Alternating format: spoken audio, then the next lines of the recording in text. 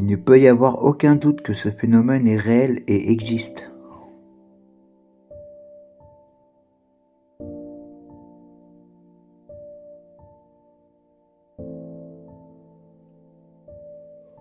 Le grand public est déconnecté.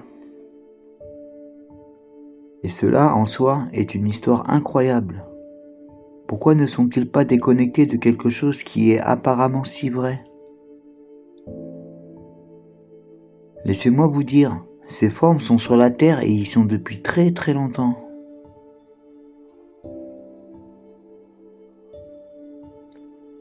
Et vous pourriez vous demander, s'ils sont si sophistiqués, pourquoi sont-ils restés ici si longtemps ?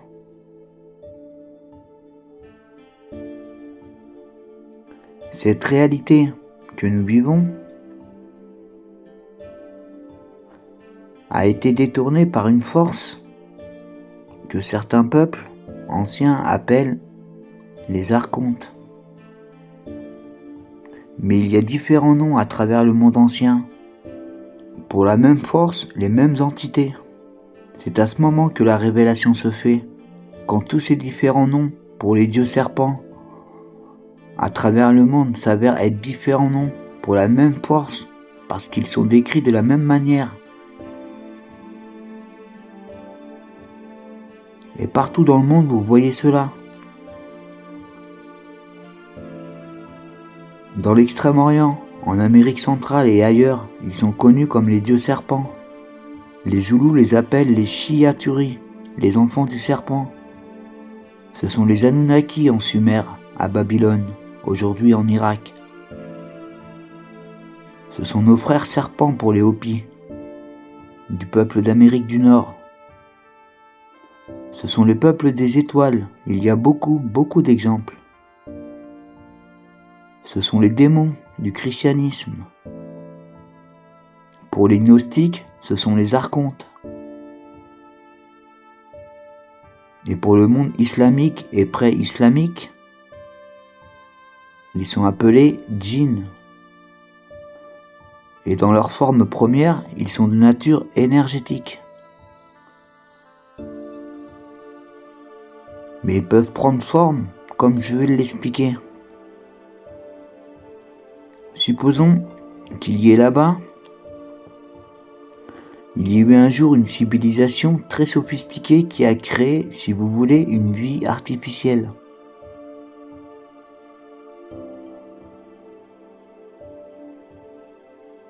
Des êtres de type vie synthétique, comme nous fabriquons des robots.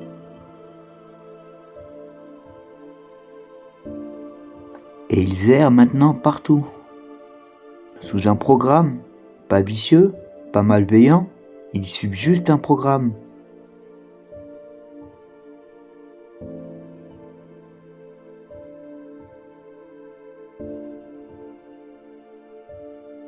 Je crois qu'il y a une bataille qui se déroule dans notre univers de toutes ces étoiles entre deux types d'expressions, forme de vie naturelle et forme de vie synthétique.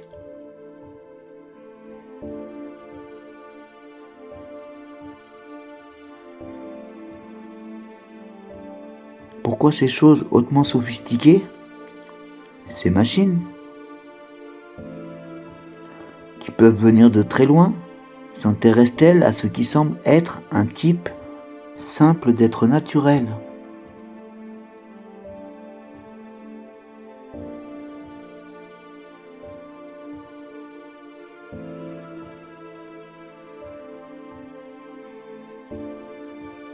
Ils voudraient quelque chose qu'eux-mêmes n'ont pas.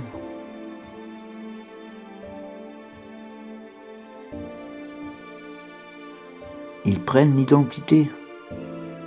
Ils prennent vous. Une machine ne peut pas se connaître elle-même. Cela s'impose en piratant votre esprit. C'est une psychologie de machine, une pensée de type ordinateur quantique. Puis elle vous prend, loin de la connaissance de qui vous êtes.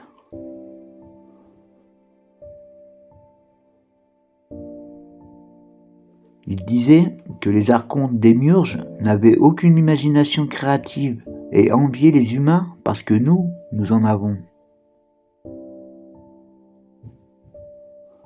Ils sont comme des cyborgs. Encore une fois, on revient à l'inorganique.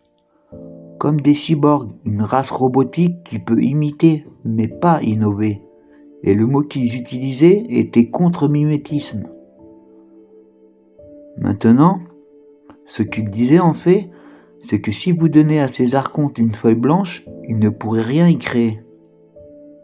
Ils n'ont pas cette imagination créative, ce qu'on appelle l'intentionnalité. Mais si vous leur donnez quelque chose, une feuille avec quelque chose dessus, ils peuvent la tordre et la manipuler. Une fois que cela existe, et ils parlent, ils utilisent le terme fantasia. Parce que ces entités, ils ont dit, tout comme les musulmans disent à propos des djinns, qu'elles ont la capacité de créer des illusions de réalité virtuelle. Ce sont des parasites mentaux, ils possèdent l'humanité et manipulent la façon dont elle perçoit tout. Et ils disent que le mot que vous pourrez utiliser le plus à propos des archontes est tromperie. Ce sont des trompeurs. Et ce qu'ils créent est une inversion de l'ordre naturel qui deviendra si clair comme du cristal qu'au fur et à mesure, vous ne ferez pas la différence. Comme nous voyons ces différents noms et en fait pour la même chose. Le classique, Satan est appelé le trompeur et le démon des démons, tout comme ce démiurge est appelé l'archonte des archontes, le seigneur archonte. Maintenant, comme j'ai un peu étudié cela et mis tout cela ensemble, il me semble que ce à quoi nous assistons est ce que j'appellerais une distorsion consciente d'elle-même. C'est une inversion consciente d'elle-même. Tout est conscient. Même une distorsion est consciente. Même une inversion est consciente, mais elle est consciente d'une manière qui reflète l'inversion et la distorsion. Les chiffres ne correspondent pas. Il devait s'agir d'une interception génétique et cela devait être non fortuite. Cela était délibéré. Pourquoi ne voulons-nous pas regarder là-bas ? Quoi ? Qu'est-ce qui nous retient ?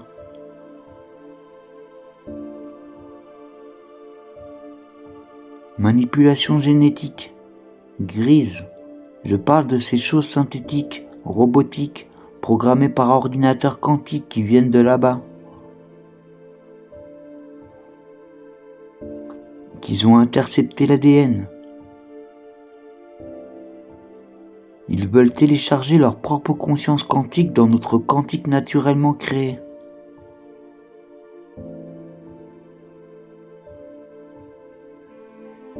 Nous ne sommes alors nulle part. Nous ne sommes ni eux ni nous.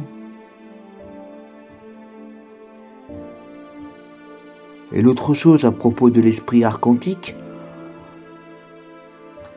est qu'il est ce que nous appelons psychopathes. Ce sont des psychopathes. La définition dont il s'agit,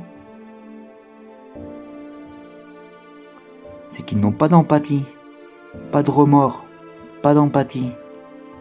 Aucune capacité à se mettre à la place de ceux qui subissent les conséquences de leurs actes.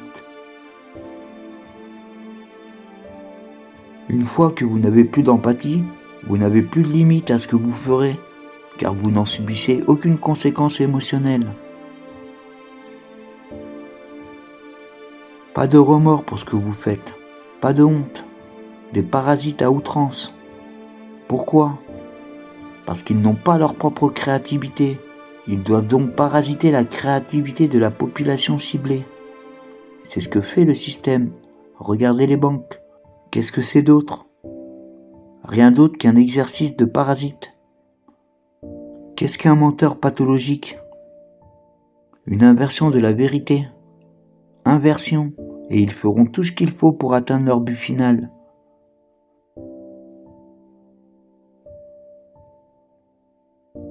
Autre chose, les gnostiques utilisaient dans ces textes le mot Al, signifiant simulation. Ils parlaient du fait que ces archontes pouvaient créer ce que nous appellerions des réalités virtuelles en contrôlant la perception. Ils disaient à propos des archontes qu'ils font apparaître quelque chose qui semble se produire alors que ce n'est pas le cas. Ils peuvent induire une expérience de réalité virtuelle dans la traduction. Et que disent l'islam et le monde pré-islamique à propos des djinns? Ils peuvent manipuler les humains en créant des illusions. Ce que notre réalité fait ou est, c'est des possibilités et des probabilités pliées dans l'existence par la perception. Donc, tout ce système archontique consiste à programmer notre perception, une distorsion de notre perception, une inversion de notre perception. Ce qui explique pourquoi nous vivons dans un asile, car c'est une inversion de l'ordre naturel.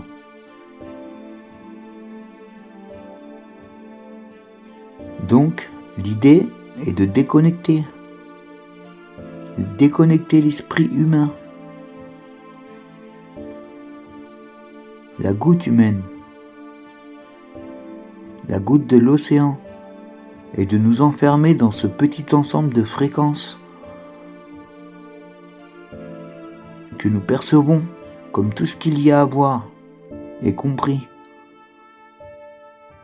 Maintenant, avant cela, ce que j'appelle le piratage, il y avait un autre monde décrit par les anciens,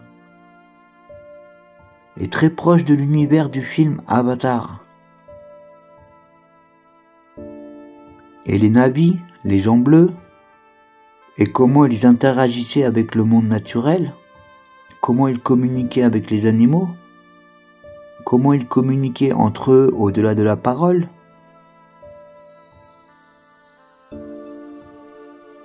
Et ce que les gnostiques disent, c'est que les archontes ont fait une mauvaise copie.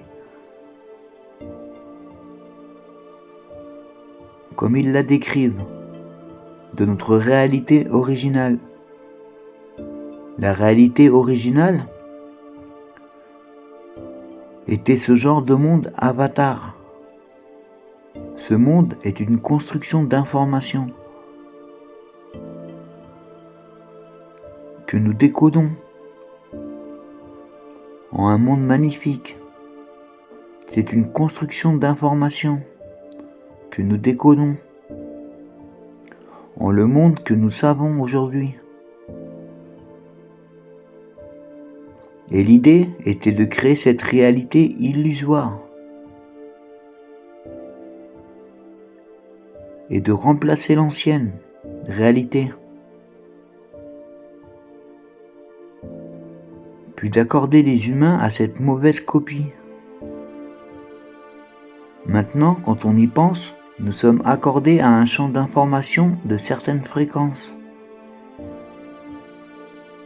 Nous décodons cela en une réalité si nous sommes ensuite déplacés. Notre cadran est déplacé, donc nous décodons autre chose. Nous décodons simplement une réalité complètement différente. C'est ce que signifie cette mauvaise copie. Cela est une image qui résume tout. Je marche dehors, je vois le soleil. Vous n'avez pas besoin d'être au soleil, vous devez juste décoder le fait que vous êtes au foutu soleil. Et c'est la même chose avec cette mauvaise copie. Vous décodez juste une réalité et vous pensez qu'elle est réelle parce que c'est la seule que vous pouvez percevoir. Donc vous pouvez décoder une réalité du genre avatar. Et vous êtes alimenté par une source d'informations différente, accordée à celle-ci, puis vous décodez une réalité différente. C'est ce que j'appelle la réalité archontique. Et cela, je le suggère fortement, est la fausse réalité la fausse réalité que nous avons décodée à travers ce que nous appelons l'histoire humaine connue, l'histoire humaine moderne et au-delà, que nous pensons être simplement un monde naturel. Si vous pouvez créer une simulation de réalité virtuelle, alors vous pouvez créer une alternative à celle-ci aussi, ce qui est ce que la mauvaise copie est. Vous y êtes accordé parce que quelque chose appelé l'entraînement.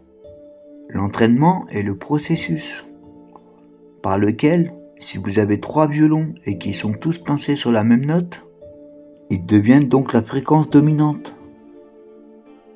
Mettez un autre violon là-dedans, soit pincé sur une autre note, soit non pincé sur aucune note, et il commencera à vibrer en sympathie avec eux, car ils sont la fréquence dominante.